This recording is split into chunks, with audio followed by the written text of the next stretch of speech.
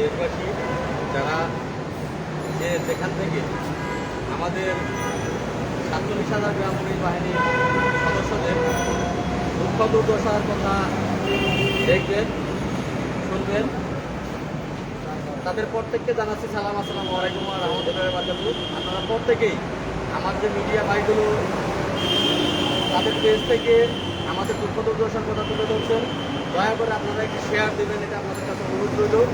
কারণ আমরা বাংলাদেশের সরকারি চাকরি নামক পোশাক গায়ের একদল গাধা বলা যায়। আমরা গাধা, আমরা চিনি গাধার মতো চিনির বস্তা বহন করে সারা দিন অক্লান্ত পরিশ্রম করি, বিনিময়ে সেই চিনির স্বাদটা আমরা বুঝতে পারি না যে চিনি পিঠা নাকি চিনি মিঠা, এটা আমরা বুঝতে পারি না। আমাদের গ্রাম পুলিশের দশা হইল গাধার মতো। আমরা সমাজে তৃণমূল পর্যায়ের গ্রাম পুলিশ বাহিনীর সদস্য, বাংলাদেশের আনাচে কানাচে সবচেয়ে বড় পরিহারে আইন শৃঙ্খলা রক্ষা করে থাকি আমরাই গ্রাম পুলিশ বাহিনীর সদস্যরা।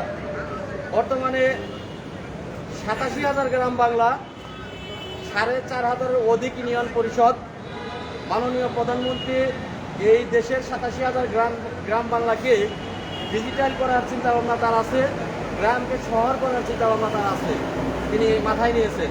কিন্তু সেই গ্রামগুলোকে যাদেরকে দিয়ে শহর করা হচ্ছে তারা কিন্তু আজকের চাকরিজীবী না, তারা সেই মুঘল আমল থেকে তাদের চাকরি জীবন শুরু। মুঘল আমল গিয়েছে, ব্রিটিশ আমল গিয়েছে, পাকিস্তান আমল গিয়েছে, বর্তমানে বাংলাদেশ সরকার। বাংলাদেশ সরকারের বর্তমান সময় সেই 71 থেকে হিসাব করলে আজকে 53-54 বছরে আমরা পা রেখেছি। কিন্তু অত্যন্ত দুঃখজনক বিষয় হলো 47,000 গ্রাম পুলিশ বাহিনীর সদস্যদের ভাগ্যের পরিবর্তন স্বাধীনতার 53 বছরেও কোনো সরকারই দেখেনি। শুধু আওয়ামী লীগ সরকারকে বলবো না, বিএনপি সরকার গিয়েছে, এরশাদ সরকার গিয়েছে, যে সকল সরকারই গিয়েছে কেউ দেখেনি। একমাত্র বঙ্গবন্ধু সরকার আমলে 1975 সালের 15ই আগস্ট জাতির জনক হাজার বছরের শ্রেষ্ঠ বাঙালির বঙ্গবন্ধু শেখ মুজিবুর রহমান গ্রাম পুলিশ বাহিনীর সদস্যদেরকে জাতীয়করণের প্রজ্ঞাপনপত্রটি দিয়েছিলেন, যা 1/1/76-এ প্রজ্ঞাপনপত্র বাস্তবায়ন হয়েছিল। কিন্তু অত্যন্ত দুঃখের বিষয়, এই বাংলাদেশ যারা পাকিস্তান চেয়েছিলেন তাদের নির্মম বুলেটের আঘাতে 1975 সালের 15ই আগস্ট জাতির জনকের মৃত্যু হওয়ার সাথে সাথে 47,000 গ্রাম পুলিশ বাহিনীর সদস্যদের মৃত্যু হয়েছে। এটা অত্যন্ত দুঃখের সাথে আমরা জানাচ্ছি। যদি জাতির জনক বঙ্গবন্ধু আজ বেঁচে থাকতো তাহলে আমাদের এই রাজপথে, এই প্রেস ক্লাবের সামনে আমাদের দাঁড়াতে হতো না। আমাদের বাচ্চা, ছেলে মেয়ে, পিতামাতা তাদের নিয়ে অনাহারে দিন যাপন করতে হতো না। বাংলার বুকে বর্তমানে মানবতা নেই। মানবতার মা, আমাদের মানবতার মা, জাতির পিতার সুযোগ্য সন্তান, কিন্তু তিনি কিন্তু 47,000 গ্রাম পুলিশের দিকে একবারও তাকাননি। তিনি একবারও তাকাননি। তাকে এই কারণে সরাসরি আমরা দোষ দিতে পারি না। আমরা স্থানীয় সরকার দপ্তরে কর্মরত, আমাদের মন্ত্রণালয় আলাদা, আমরা স্থানীয় সরকারের মন্ত্রণালয়ের কাছ থেকেই সকল কিছু পেয়ে থাকি। কিন্তু অত্যন্ত দুঃখের সাথে বলতে হচ্ছে, স্থানীয় সরকার মন্ত্রণালয় কখনোই তার এইখানে তার নিজ দপ্তরে কর্মরত 47,000 গ্রাম পুলিশ বাহিনীর সদস্যরা তারা কি খেয়ে বেঁচে আছে, তাদের সংসার কিভাবে চলে, তারা তাদের স্ত্রী সন্তান ছেলে মেয়ে তাদের লেখাপড়া কিভাবে চলে, এগুলো কখনোই চিন্তা আমাদের স্থানীয় সরকার বিভাগ করেনি। তীব্র নিন্দা এবং প্রতিবাদ জানাচ্ছি আমি স্থানীয় সরকার বিভাগে তার নিজস্ব কর্মচারী ভিক্ষা করে খায়, রিক্সা চালিয়ে খায়, দিনমজুরের কাজ করে, এই চাকরির পাশাপাশি কেউ দেখার নাই, এগুলো আমাদের কেউ দেখার নাই। অথচ আমরা দিন রাত 24 ঘন্টা, অন্যান্য যারা চাকরিজীবী, যারা বাংলাদেশ সরকারের চাকরিজীবী, বাংলাদেশ সরকার চাকরি করে, তারা 8 ঘন্টা ডিউটি করে, 8 ঘন্টার উপর কারো ডিউটি নেই, 8 ঘন্টা ডিউটি করে। 8 ঘন্টা ডিউটি করে সে সরকারের সর্বনিম্ন স্তর, যেটা গ্যাজেটভুক্ত কর্মচারী, হয় 20তম গ্রেড, একেবারে নিচেরটা 30তম গ্রেড, একজন সুইপার, ক্লিনার, ওয়ার্ড বয়, সে 8 ঘন্টা তার কর্মদিবস পালন করে তার সংসার চালাতে পারে, সেই বেতন দিয়ে সে সঞ্চয় করতে পারে, বৃদ্ধ বয়সে চলার জন্য সঞ্চয় করতে পারে, তার ছেলে মেয়েকে ভালো স্কুলে লেখাপড়া করাতে পারে, তার ভরণ পোষণ করতে পারে। আর আমি স্থানীয় সরকারের কর্মচারী, সরকার একটি পোশাক দিয়েছে, গ্রাম পুলিশ এই নামের একটি পোশাক দিয়েছে, এই পোশাকটা আমাকে পরে 24টা ঘন্টায় ডিউটি করতে হয়। রাত্রে আমার ডিউটি আছে, রাত্রে যদি আমার ডিউটি না থাকতো তাহলে আমাকে কিন্তু টর্চ লাইট দেওয়া হতো না, আমাকে একটি টর্চ লাইট করে দিয়েছেন। রাত্রে ডিউটি করার জন্য। আমাকে প্রচন্ড গরম, এই যে প্রচন্ড গরম চলতেছে, গরমের মধ্যেও আমার ডিউটি আছে, বাহিরে ঘরের ভিতরে না, এসি রুমে বসে আমরা ডিউটি করি না। 47,000 গ্রাম পুলিশ সদস্যরা সবচেয়ে কঠিন ডিউটি পালন করে। 47,000 গ্রাম পুলিশ সদস্যরা তারা গরমের মধ্যে, তারা বৃষ্টির মধ্যে, তারা ঝড়ের মধ্যে ডিউটি করে, অথচ তাদের পেটে দুবেলা দুমুঠো ডাল ভাত দেওয়ার মতো বেতন দেওয়ার কোনো লোক এই বাংলাদেশে নেই। আমরা দিনে ডিউটি করার জন্য, রোদে ডিউটি করার জন্য আমাদেরকে ছাতা দেওয়া হয়েছে। প্রচণ্ড বৃষ্টি হচ্ছে, বৃষ্টির মধ্যে কোনো দুর্ঘটনা ঘটলে, কোথাও যেতে হলে আমাকে ডিউটি দিলে সেখানে যাওয়ার জন্য আমাকে রেইনকোট দেওয়া হয়েছে। আমাকে আইন শৃঙ্খলা রক্ষাকারী বাহিনীর সদস্যদের সাথে কাজ করার জন্য এলাকার তৃণমূল পর্যায়ে মদ, জুয়া, বাল্যবিবাহ এ সকল বন্ধ করার জন্য আমাকে লাঠি দেওয়া হয়েছে, কিন্তু আমাকে পেটের ভাত দেওয়া হয়নি। আমার সংসার কিভাবে চলবে সেইটা দেখার লোক এখানে নাই। আমরা মানবতার মায়ের কাছে আমাদের এই বিচারগুলো দেওয়ার জন্য এখানে দাঁড়িয়েছি। আমরা এখান থেকে যাব না যদি ভেবে থাকে কেউ যে আমরা এখান থেকে সদস্য সংখ্যা কম, লোকজন হয়তো বা নাই, না, সারা বাংলাদেশে গ্রাম পুলিশ 47,000 গ্রাম পুলিশ, সকলের দাবি জাতীয়করণ, কেউই ভালো নেই, সবাই খারাপ অবস্থান আছে।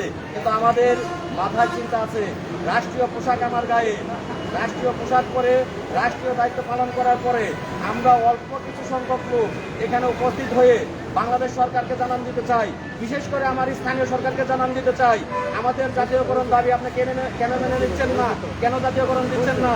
যতক্ষণ পর্যন্ত জাতীয়করণ না দেবেন ততক্ষণ পর্যন্ত আমরা এখানে অবস্থান করব, আমরা বাড়ি ফিরে যাবো না। যদি এখানে একটা লোক মারা যায় জবাব দিতে হবে আপনাকে, বাংলাদেশের সরকারকে, আমাদের স্থানীয় সরকারকে। আজকে 19তম দিন আমরা এখানে দাঁড়িয়ে আছি, কিন্তু কোনো দপ্তর থেকে আমাদের সাথে এখন পর্যন্ত যোগাযোগ করা হয়নি। কেন হলো না? আমি বাংলাদেশের নাগরিক, বাংলাদেশ সরকার আসে, আমার একটু দাম কি আপনাদের কাছে নেই? আমি তো ভিক্ষা চাচ্ছি না, আমার শ্রমের ন্যায্য অধিকার চাচ্ছি। একজন মানুষ চাকরি করবে, চাকরির বিনিময়ে তার বেতন দিয়ে 5টা মৌলিক চাহিদা পূরণ করার কথা। এটাই আপনারা সংবিধান করেছেন, সংবিধানে লিখে দিয়েছেন একজন মানুষ চাকরির বিনিময়ে খাদ্য, বস্ত্র, বাসস্থান, চিকিৎসা, শিক্ষা, এই 5টা মৌলিক চাহিদা তার বেতন থেকে পূরণ করার কথা। আপনারাই বলেন এই 5টা মৌলিক অধিকার এই 6,500 টাকা থেকে পূরণ করা সম্ভব? আপনাদের ছেলেমেয়েরা বড় বড় স্কুলে লেখাপড়া করে, ইংলিশ মিডিয়ামে লেখাপড়া করে, আমাদের সন্তানেরা ইংলিশ মিডিয়াম বাদ দেন, সরকারি যে প্রাইমারি স্কুল আছে সেখানে তো পাঠাতে দেবেন না, তাও দেবেন না। আপনারা চাচ্ছেন সারাটা বাংলাদেশে নিরক্ষর মুক্ত করার জন্য, শিক্ষিত জাতি করার জন্য। তাহলে 47,000 গ্রাম পুলিশ বাহিনীর সদস্যদেরকে এই বেতন ধরিয়ে দিয়ে তাদের সন্তানদের কিভাবে আপনারা শিক্ষিত করে তুলবেন? আপনারা তো বিক্ষোভ করার কারিগর এখানে রেখে দিয়েছেন। 47,000 গ্রাম পুলিশ বাহিনীর সদস্যরা যারা অবসরে যায় 6,500 টাকা দিয়ে তো তার সংসারই চলে না। অবসরে যাওয়ার সময় কোনো টাকা পায় না, মাত্র 50,000 টাকা অবসরকালীন ভাতা করা হয়েছে। সেই টাকাটাও 2 অংশে বিভক্ত, বেশিরভাগ ইউনিয়ন পরিষদের টাকা পায় না। এই বাহিনীর সদস্যগুলা নির্মমভাবে, নির্যাতিতভাবে তাদের দিন পার করতে হচ্ছে, কষ্টের সাথে জানাতে হচ্ছে। আমাদেরও কিন্তু ধৈর্য আছে, আমরাও গর্জন দিতে পারি। আমরা বাংলার নাগরিক, আমরা বঙ্গবন্ধুকে দেখেছি, বঙ্গবন্ধু যেভাবে দেশ স্বাধীন করেছে, বঙ্গবন্ধু বীরের জাতি, বাঙালি জাতি বীরের জাতি। আমরা যদি গর্জন দেই, আমরা স্থানীয় সরকারকে বলতে চাচ্ছি, আপনি যদি আপনার দপ্তরের লোকজনের কোনো ব্যবস্থা না করেন তাহলে কিন্তু এখানে বৃহত্তর আকার হবে। এখানে আমরা প্রয়োজনে সচিবালয়ের চারিদিক দিয়ে আমরা গ্রাম পুলিশ ঘিরে ফেলবো। যতক্ষণ পর্যন্ত জাতীয়করণ দেবেন না, চাকরির চিন্তা আমরা করি না, চাকরি চলে যাবে, হয় আমাদেরকে বাঁচানোর মতো বেঁচে থাকার মতো বেতন দেন, আর না হয় আমাদেরকে বহিষ্কার করুন। গ্রাম পুলিশ যদি না লাগে, যদি মনে করেন যে গ্রাম পুলিশ প্রয়োজন নাই, ইউনিয়ন পরিষদে গ্রাম পুলিশ প্রয়োজন নাই, তাহলে গ্রাম পুলিশ পদটি বাতিল করুন। বাতিল করে আমাদেরকে অন্য কাজ করে আমাদের সংসার চালানোর ব্যবস্থা করে দেন। এই পোশাক গায়ে দিয়ে অন্য কাজ করাটা লজ্জাজনক একটি ব্যাপার। একদিন দেখেছেন, একদিন মাত্র ভিক্ষা করেছে, এখানে খাবার নাই, দুপুরে খাবার নাই, একদিন ভিক্ষা করেছি, তাতেই সারা বাংলাদেশে মোটামুটি একটা লজ্জার বিষয় হয়ে দাঁড়িয়েছে। গ্রাম পুলিশ বাহিনীর সদস্যরা পোশাক পরে ভিক্ষার তালা কেন হাতে? এই প্রশ্নটা তো আমরা আপনাদের করতে চাই। 6,500 টাকা তার বেতন করেছেন, সে ভিক্ষার তালা হাতে নেবে না, সে কি নেবে? আমাদের তো ডাকাতি করা উচিত, চুরি করা উচিত, এগুলো বন্ধ করার দায়িত্ব আমাদেরকে দিয়েছেন আপনারা। 6,500 টাকা দিয়ে বেতন দিয়ে যখন আমি সংসার চালাতে পারবো না, বাধ্য হয়ে আমার ছেলের মুখের হাসি ফোটাতে আমাকে ডাকাতি করতে হবে, আমাকে চুরি করতে হবে, আমাকে ছিনতাই করতে হবে। এগুলো জন্মত গ্রাম পুলিশ বাহিনীর মধ্যে আপনারা দিয়ে রেখেছেন। 47,000 গ্রাম পুলিশের ন্যায্য বেতন দিলে আমি চ্যালেঞ্জ করে বলতে পারি, বঙ্গবন্ধু আদর্শ গ্রাম পুলিশ বাহিনী কেন্দ্রীয় কমিটির সভাপতি হিসেবে আমি মাননীয় প্রধানমন্ত্রীকে চ্যালেঞ্জ করে বলতে পারি, একমাত্র বাল্য বিবাহ বন্ধ করতে পারে এই 47,000 গ্রাম পুলিশ বাহিনীর সদস্যরা। তারা প্রত্যেকটি ঘরের খবর জানে, কোন ঘরের ছেলে জুয়া খেলে, কোন ঘরের ছেলে মাদক খায়, কোন ঘরের ছেলে মাদক ব্যবসা করে, কোন বাড়িতে বাল্য বিবাহ হচ্ছে। এগুলো সবচেয়ে বেশি যে বলতে পারে সে হচ্ছে গ্রাম পুলিশ বাহিনীর সদস্য। গ্রাম পুলিশ বাহিনীর সদস্যদেরকে যদি জাতীয়করণ দেওয়া হয়, সরকারের লস যাবে না, বরং সরকারের লাভ হবে। থানায় বসে পুলিশেরা যে খবরটা না পায়, আমরা গ্রাম পুলিশ বাহিনীর সদস্যরা তা জানি। আমরা যদি আইন শৃঙ্খলা সঠিকভাবে রক্ষা করতে পারি, পেটে ভাত নাই কি আমি আইন শৃঙ্খলা রক্ষা করবো? আমার তো জীবনের ঝুঁকি আছে। একজন পুলিশ সদস্য, তার বেতন আছে, সে যদি মারা যায় দায়িত্ব পালন করতে গিয়ে সন্ত্রাসীদের গুলি খেয়ে যদি সে মারা যায়, তাহলে তার পরবর্তী প্রজন্ম, তার স্ত্রী, পিতা, পুত্র, তারা চলতে পারবে, তাদের সেই বেতন আছে, পেনশন আছে। কিন্তু গ্রাম পুলিশ বাহিনীর সদস্যদের মাত্র 6,000 টাকা বেতন।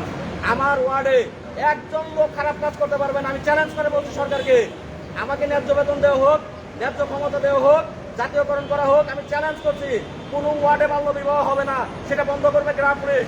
কোনো ওয়ার্ডে মাদক বিক্রি হবে না, সেটা বন্ধ করবে গ্রাম পুলিশ। কোনো ওয়ার্ডে কোনো অপকর্ম হবে না, সেটা গ্রাম পুলিশ ক্ষমতা রাখে। কিন্তু গ্রাম পুলিশকে বাঁচার মতো বেতন দিতে হবে। আপনাদের কাছে বেতনটা ভিক্ষা চাচ্ছি। আর যারা সাংবাদিক ভাই আছেন তাদের অনুরোধ করছি, আমাদের কথাগুলো মাননীয় প্রধানমন্ত্রীর কাছে আপনারা পৌঁছানোর ব্যবস্থা নিন। আমাদের সদস্যগুলো আমরা যেন ডাল ভাত খেয়ে রাষ্ট্রের সেবা করতে পারি, বাংলাদেশ সরকারের সেবা করতে পারি, বঙ্গবন্ধুর আদর্শ নিয়ে মেহনতি মানুষের পাশে থাকতে পারি, সেই সুব্যবস্থা করার জন্য ধন্যবাদ সকলকে।